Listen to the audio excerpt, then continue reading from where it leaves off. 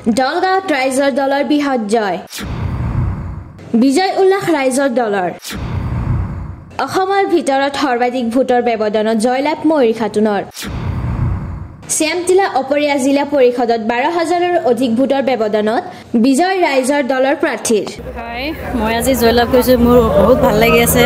সৰ্বপ্ৰথম মই আমাৰ শ্যামটিলা অপৰীয়া জিলা পৰিষদৰ যিখিনি সমূহ ৰাইজক অশেষ ধন্যবাদ জনাইছোঁ যিয়ে নেকি আমাক হিয়া উজৰি ভোট দি আমাক জয়যুক্ত কৰাই দিছে আজি তাৰ কাৰণে অশেষ ধন্যবাদ জনাইছোঁ কিমান ভোটত বেছি পাই আপুনি জয়লাভ কৰিছে মই টোটেল 30,000 ভোট পাইছিলোঁ 30,000 প্লাছ তাৰপিছত মই 12,000 ভোট লৈ মই জিকিছোঁ এটা ঐতিহাসিক ফলাফল ৰাইজৰ দলৰ কাৰণে হয় নিশ্চয় পাম ঠিক আছে থেংক ইউ খুবেই আনন্দিত হৈছোঁ আৰু আজি দলগাঁও সমষ্টিৰ পঞ্চায়তৰ যোনটো নিৰ্বাচনী ফলাফল ঘোষণা হ'ল ৰাইজে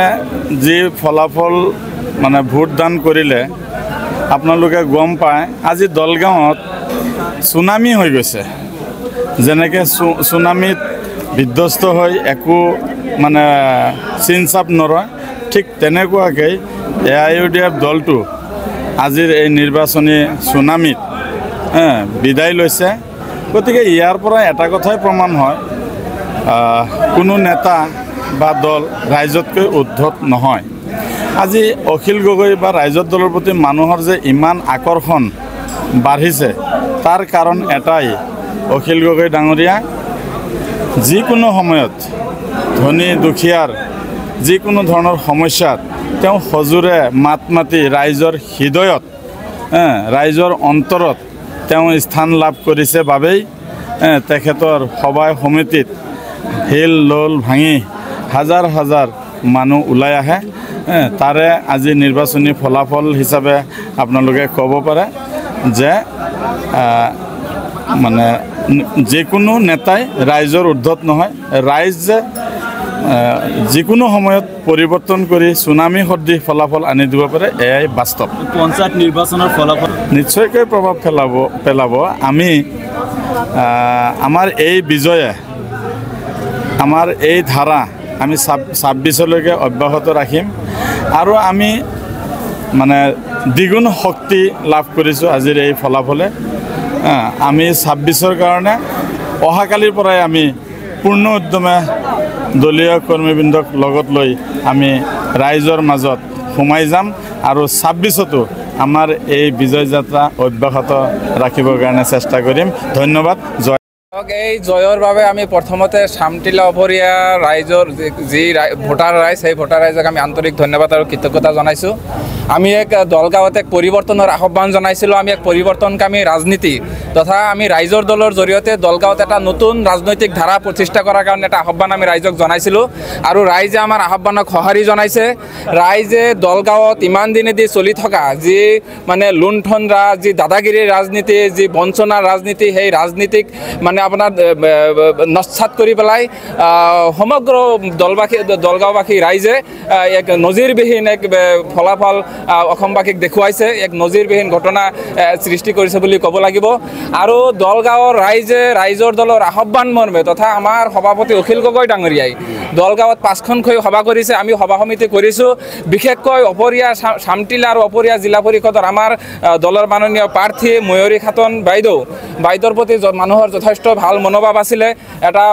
পজিটিভ থিংকিং লৈ পেলাই ৰাইজে ওলাই আহিছিলে আৰু ৰাইজে তেতিয়া আমাক কৈছিলে যে আমি ৰাইজৰ দলৰ দৰে এটা ৰাজনীতি পৰিৱৰ্তনকামী চিন্তা কৰা এটা ৰাজনৈতিক দল বিচাৰোঁ আমি তেনেকুৱা এটা ৰাজনৈতিক পৰিৱেশ বিচাৰোঁ য'ত আপোনাৰ দাদাগিৰি নাথাকিব য'ত আপোনাৰ ধৰণৰ ভয় ভাবুকি ৰাজনীতি নাথাকিব য'ত দালালৰ কোনো প্ৰথা নাথাকিব দালালি ৰাজ নচলিব তেনেকুৱা এটা ৰাজনৈতিক পৰিৱেশ তেওঁলোকে বিচাৰিছিলে আৰু আমি সেই বস্তুটো ৰাইজক দিবলৈ আমি চেষ্টা কৰিছোঁ ৰাইজৰ সেই আস্থা আৰু ভৰসা লৈ পেলাই আমি ময়ূৰী খাতুন বাইদেউক আমি প্ৰাৰ্থিত্ব আগবঢ়াইছিলোঁ আৰু ময়ূৰী খাতুন বাইদেউ ৰাইজক সেই আস্থাটো দেখুৱাইছিলে যাৰ কাৰণে আমাক বিপুল ভোটত আজি অসমৰ ভিতৰত বিপুল ভোটত ময়ূৰী বাইদেউক ৰাইজৰ দলৰ প্ৰাৰ্থী হিচাপে ৰাইজে জয় কৰাইছে গতিকে আমি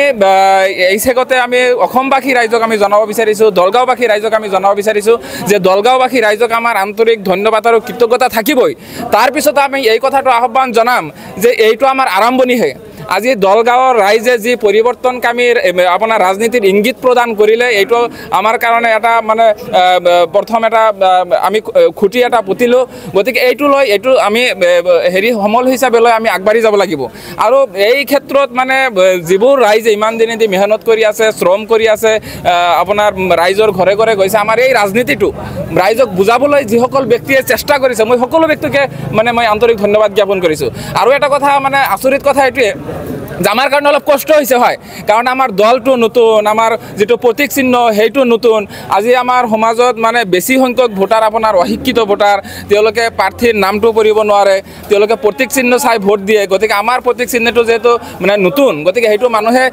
বহুত মানুহে এতিয়ালৈকে বুজি উঠা নাই তাৰ পিছতে যে ইমান সংখ্যক মানুহে আমাক ভোট দিছে তেতিয়াহ'লে চিন্তা কৰক যে ৰাইজৰ দলৰ প্ৰতি মানুহৰ কিমান মানে সমৰ্থন আৰু তেওঁলোকৰ সহযোগ আছে এইটোৱে মানে এটা আমি ভাবিবলগীয়া কথা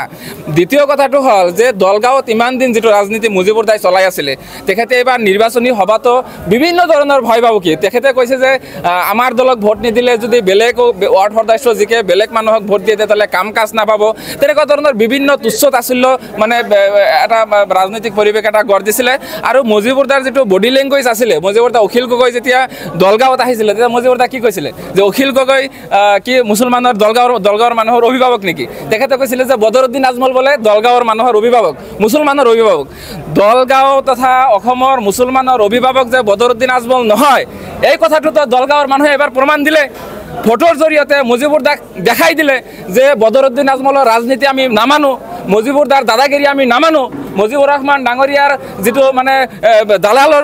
যিটো দালালি ৰাজনীতি সেইটো আমি বিশ্বাস নকৰোঁ সেইটো ৰাজনীতিত আমি নাই গতিকে এই কথাটো জল আৰু পটকৈ ৰাইজে প্ৰমাণ কৰি দিলে গতিকে মই মুজিবুৰ দাক আহ্বান জনাম যে মুজিবুৰ দা যিহেতু এনেই বিজেপিৰ প্ৰশংসা কৰি থাকে এনেই যিহেতু মুখ্যমন্ত্ৰীৰ প্ৰশংসা কৰি থাকে গতিকে তালা চাবি বাদ দি পেলাই এতিয়া মুজিবুৰ দা ডাইৰেক্ট বিজেপিত জইন কৰক আৰু বিজেপিৰ পৰা আগন্তুক দিনত আমাৰ লগত ফাইট কৰক যিহেতু আমাৰ মূল ফাইটটো হ'ল বিজেপিৰ লগত আমি বিজেপিক হৰুৱাম গতিকে বিজেপিক যদি আমি হৰুৱাম যিহেতু গতিকে মুজিবুৰ দা বিজেপি যাওক আমি মুজিবুৰ দাক 26ত ইয়াৰ পৰা উৎখাত কৰি দিম